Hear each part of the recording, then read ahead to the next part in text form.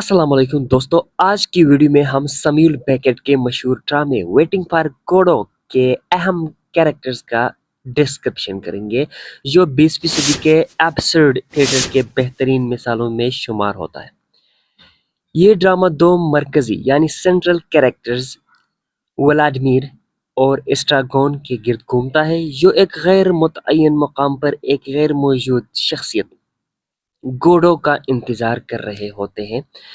इस ड्रामे की ख़ास बात यह है कि बज़ाहिर कुछ भी नहीं होता, मगर फिर भी इस कुछ न होने के अंदर गहरे फ़लसफ़ियाना सवालात, इंसानी बेबसी दिखाया गया है।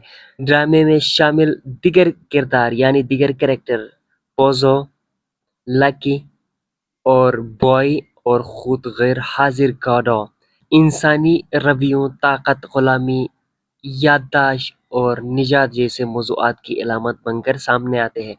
तो आइए सब कुछ यहाँ नहीं करेंगे, बल्कि कैरेक्टर्स हम समरी में पढ़ेंगे। अब स्टार्ट करते हैं समरी। सबसे पहला कैरेक्टर जो हमारे पास है वो है व्लादिमीर। व्लादिमीर, जो कि डीडी के नाम से भी जाना जाता है, स्टेज पर मौजूद दोनों मरकजी कैरेक्टर्स में ज़्यादा अक्ल फिक्री और बाशऊर शख्सियत रखता है।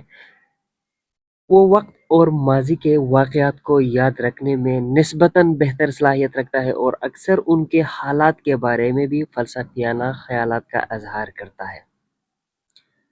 वो उनके इंतज़ार के फ़ितरत, वक्त के बहाव और ज़िंदगी के बेमानीपन पर गहरे अंदाज में गौर करता है। व्लादिमीर अक्सर लकी के साथ हमदर्दी दिखाता है, जो उसके रहमदिल और हसास दिल का सबूत होता है। उस वक्त वो अपने साथी स्ट्रागोन के लिए भी अक्सर रहनुमाई और सहारा फराहम करता है, जो उन दोनों के दरमियान मजबूत रिश्ते को जाहिर करता है। ये हो गया व्लादिमीर। अब दूसरा कैरेक्टर हमारे पास जो है एस्ट्रागोन, ये भी बहुत मेन कैरेक्टर है। एस्ट्रागोन, जैसे गोगो भी कहा जाता है, यानी उसका नाम गोगो भी है, ये व्लादिमीर पर मुकम्मल इन्हिसार करता है। वो अक्सर छोटी छोटी बातों में उलझ जाता है, जैसे कि अपने जोते उतारने में नाकामी, जो उसकी अमली ज़िंदगी के कमज़ोरी और बेबसी को जाहिर करता है। एस्ट्रागोन का हाफिज़ा बहुत कमज़ोर है, यानी जो सोचने का उसके पास सोचने की नियमत है, हम कहेंगे, वो उसका बहुत कमज़ोर है।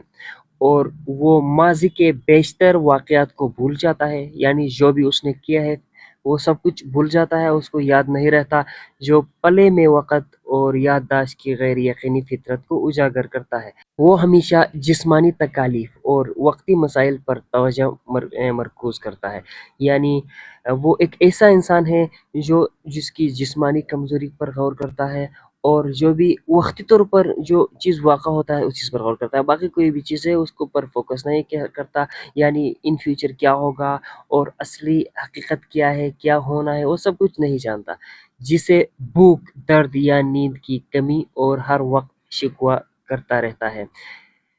इसकी शख्सियत व्लादिमीर के फ़िक्री रवैयों के बरअक्स है, जो दोनों किरदारों के माबीन एक मुतवाज़न तज़ाद पैदा करता है, और वो जिस जगह में रहते हैं वहाँ एक-दूसरे के साथ हमेशा झगड़ा करते रहते हैं, ठीक हो जाते हैं, झगड़ा करते हैं, इस तरह घोड़ों का इंतज़ार करते रहते हैं।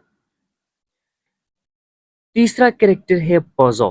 पोज़ो एक खुद पसंद, ज़ालिम और ताकतवर शख्सियत के तौर पर सामने आता है, जो अपने नौकर लकी के साथ गुलामों जैसा सलूक करता है।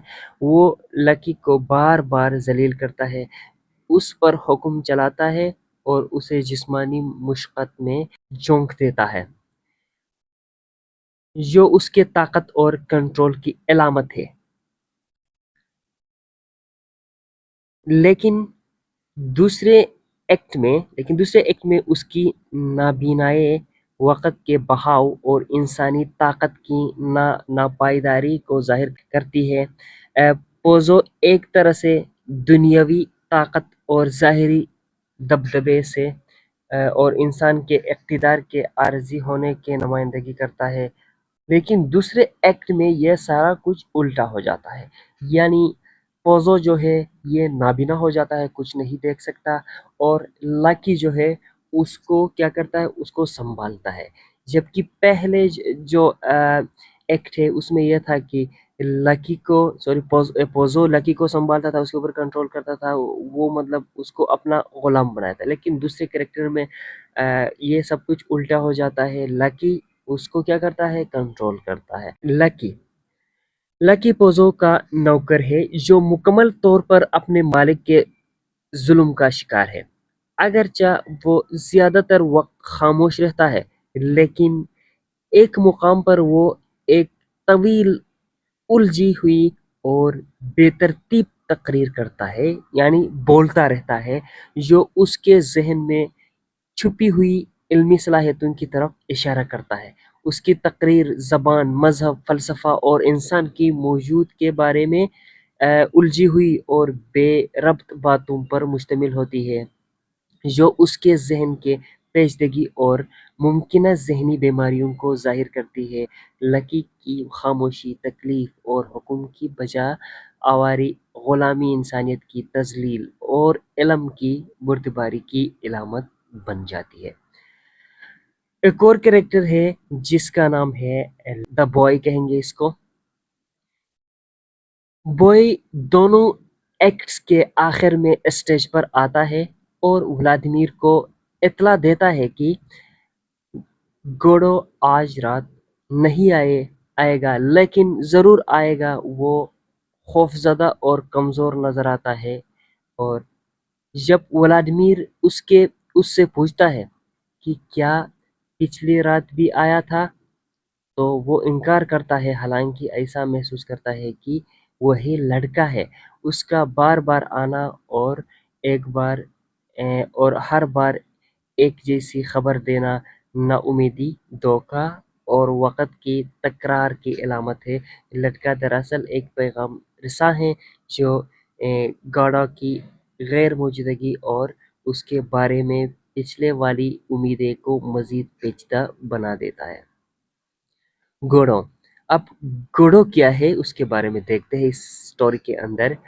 گوڈو اس ڈرامے کا سب سے اہم لیکن اسٹیج پر غیر موجود کردار ہے۔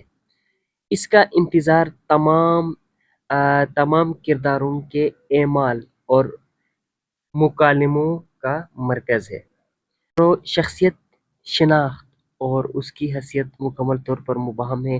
وہ خدا ہو سکتا ہے، طاقت ہو سکتا ہے، جس کی انتظار آخر تک ہوتی ہے، اور تمام کریکٹر کی جو سوچ ہے اس کی سمری کیا ہے، گوڈو ہے، یعنی گوڈو کب آئے گا۔ تو یہ تھا شارٹ سمری۔ ہم نے پڑھا دو مین کریکٹرز، اس کے ساتھ کچھ ایسے کریکٹرز جن کو ہم مائنر کریکٹرز کہیں گے، ان کو ہم نے پڑھا، اور آپ لوگوں نے انجوائے کیا ہوگا۔ اگر انجوائے کیا ہے تو پھر ویڈیو کو لائک کرنا نہ بھولیے، اور ساتھ ساتھ سبسکرائب کریں اور بیل کا آئیکن بھی دبائیں۔ تھینک یو سو مچ۔ ابھی ہم اختتام کرتے ہیں۔